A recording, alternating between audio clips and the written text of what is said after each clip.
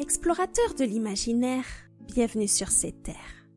Aujourd'hui, je vous emmène à la découverte du tome 3 des Aînés, le cycle brisé, dernier volet de la saga.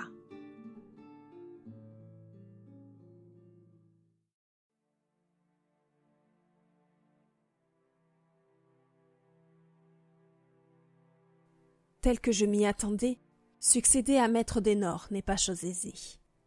Je suis néanmoins honorée que le choix de Messire Asroth se soit porté sur moi. Je ne m'attendais pas à ce que Mor se comporte à mon égard comme avec mon prédécesseur. De ce fait, l'assister, de quelque manière que ce soit, me satisfait déjà beaucoup. Mes confrères me reprochent de me comporter encore en assistant, non comme un maître. Comment pourrait-il en être autrement, dans l'ombre d'un héritage tel que celui de Maître Dénor, face à l'indifférence courtoise de l'aîné?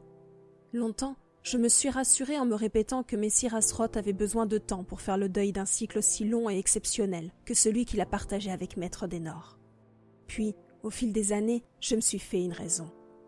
Jamais je ne le remplacerai, et il faudra sans doute plus que mon cycle afin d'estomper son souvenir, ainsi que sa perte, dans la mémoire de l'aîné. Mes confrères, et surtout Dame Leysha, ne sont pas d'accord avec ma manière de voir les choses. Messire Asroth s'est, selon leur dire, éloigné de tout et de tous, pas seulement de moi. Sans doute Vi ne peut-elle accepter plus longtemps la morosité de son frère, comme j'ai accepté de ne pas être à la hauteur de ses attentes. Chaque jour, il me pousse à questionner un être qui n'a aucune envie de se confier, encore moins à moi. Alors je me contente de m'asseoir de longues heures à ses côtés, et nous observons en silence la vie paisible de la tour, de loin. Nous sommes là sans vraiment l'être, c'est un sentiment assez étrange qui n'en sera bientôt plus un.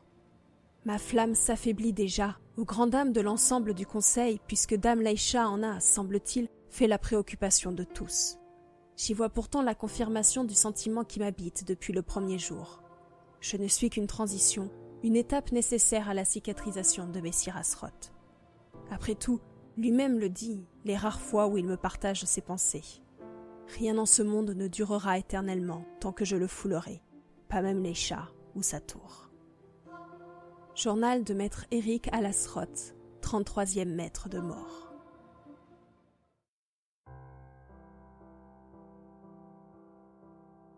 Les voilà! Un soupir là m'échappa, épuisé que j'étais par l'excitation de ma compagne qui paraissait déterminée à m'engloutir, moi et mon pessimisme. Je les vois, Leysha. Du pas de la grande porte qui séparait le monde extérieur de mon univers, je gardais les yeux rivés sur les arrivants depuis l'instant où ils étaient apparus sous forme d'un point, juste au-dessus de l'horizon. J'observais d'un air songeur Thoriac se poser dans la prairie à quelques enjambées de là. Livia affichait un sourire radieux pendant qu'elle aidait les deux enfants à descendre du dos de son compagnon. 2, seulement 2. Comment Leysha pouvait-elle me reprocher de perdre espoir devant le nombre toujours plus faible des jeunes qui répondaient à l'appel annuel? « Vite, vite, amène-les !» Je lâchai un soupir en secouant la tête, amusée malgré tout. L'enthousiasme de Vi était contagieux et, malheureusement, sa déception le serait tout autant. Il suffisait d'un seul être, certes, cependant quelle chance avions-nous de le trouver parmi ces deux petits?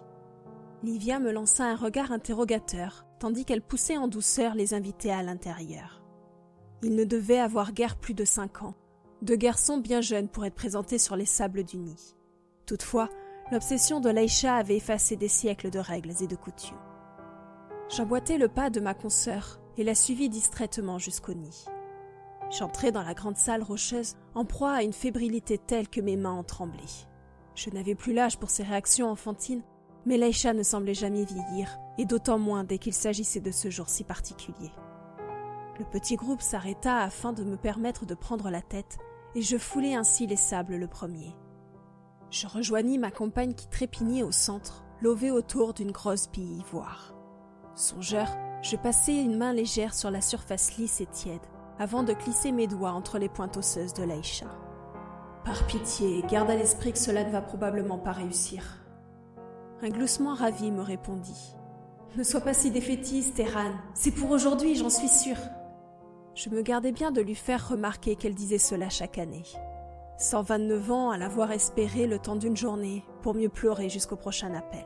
Pourtant, Vi n'avait d'autre choix que de s'accrocher à ce maigre espoir, au risque de sombrer dans un désespoir plus destructeur encore.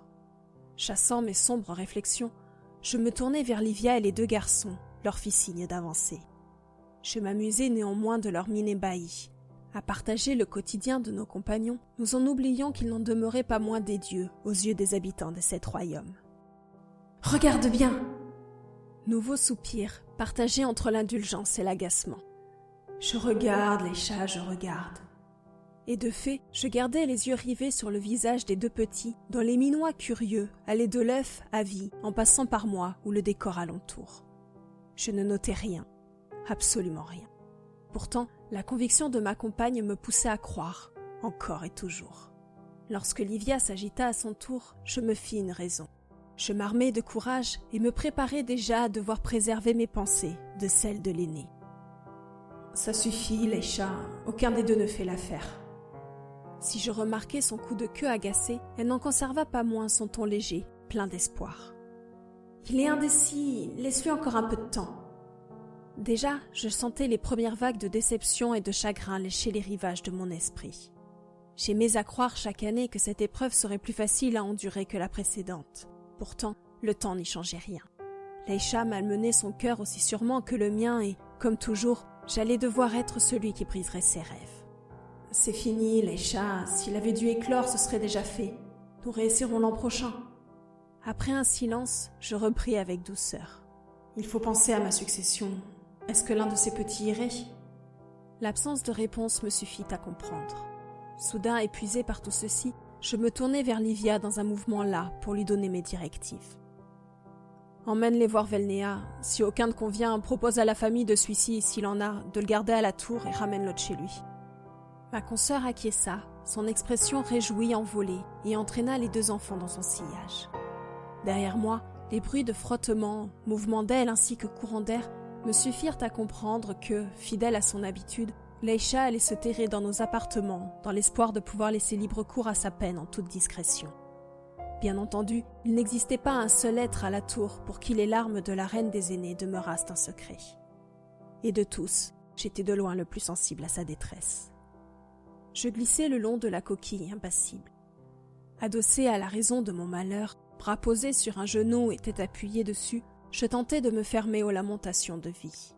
Après tant d'années d'existence commune, j'avais eu le temps de comprendre que tous mes efforts seraient vains. Aussi permis-je aux larmes de couler sur mon vieux visage si coutumier de ces inondations, mon esprit vagabondant librement.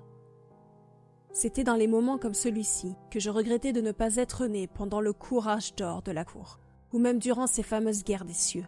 Tout, absolument tout était préférable à cette éternité de peine et de souffrance. Gouverner ces terres était un fardeau bien lourd à porter. Pourtant, des Nords à Lasroth comme Emmerich à Leïcha avaient été ô combien plus écrasés que moi sous la charge, et cela ne les avait pas empêchés de refaire le monde. À la lumière de leur victoire, de leur sagesse, tout avait changé. Les guerres des cieux avaient cessé, maîtres et aînés n'avaient plus eu à s'entretuer. Leur renommée avait été telle que le rôle de conseiller que nous avions alors s'était peu à peu mué en une gouvernance plus ou moins franche suivant les régions. La tour aussi avait vu ces changements. Les dortoirs et les salles de classe s'étaient vidés au fil du vieillissement des aspirants. Sans affrontement, sans risque de fin brutale d'un cycle, il n'était plus nécessaire de maintenir à portée de main autant de jeunes gens, au risque d'affaiblir davantage encore le sang des élus. Les aînés avaient depuis lors pris l'habitude d'appeler quelques candidats quand la faim se ressentait, puis il incombait au conseil de former son nouveau membre. Nous proposions néanmoins aux miséreux de demeurer à la tour. Nous avions, après tout, toujours besoin d'assistants. Avec le temps, les choses finissaient par changer, toujours. Pour nous, pour le monde tel que je le connaissais, la cause de ce changement, de ces appels annuels qui touchaient des enfants toujours plus jeunes, toujours moins nombreux, se trouvait dans mon dos, immobile, indifférente au malheur qu'elle provoquait. Par une froide journée d'hiver, 323 années en arrière exactement, Éric à Lasroth s'était éteint avant de fêter ses 76 printemps, entraînant Asroth dans une nouvelle mue. Un âge bien jeune, au regard de la longévité des maîtres, et un décès pour le moins prophétique quant à la suite. Depuis ce jour, jamais plus Asroth n'avait éclos. Depuis ce jour, jamais plus Leïcha n'avait trouvé la paix.